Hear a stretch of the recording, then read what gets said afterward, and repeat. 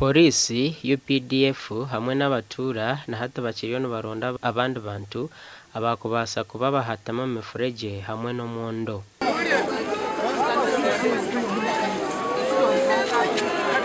And we have lost, so far we have found 15 people already dead, and 7 are in the hospital, and 3 are still missing.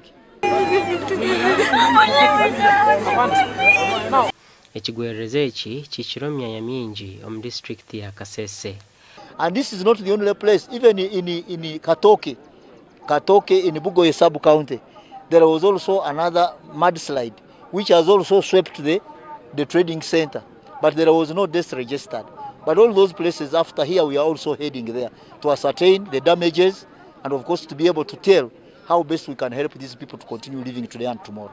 Abantu 15 twakola postmortem, twabahereza abenganda baza kubazika, abantu 3 bacyabuzire kandi turimo tubaronda na excavator zitu.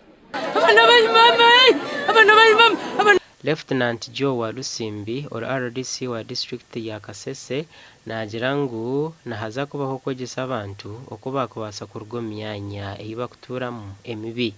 Because once somebody is not sensitized, may be innocent and doing anything innocently. But now we are going to take it as a point to continuously sensitize them, to change their mindset. Gasha kwa Gilbert Mahanguzi omuri KASESE.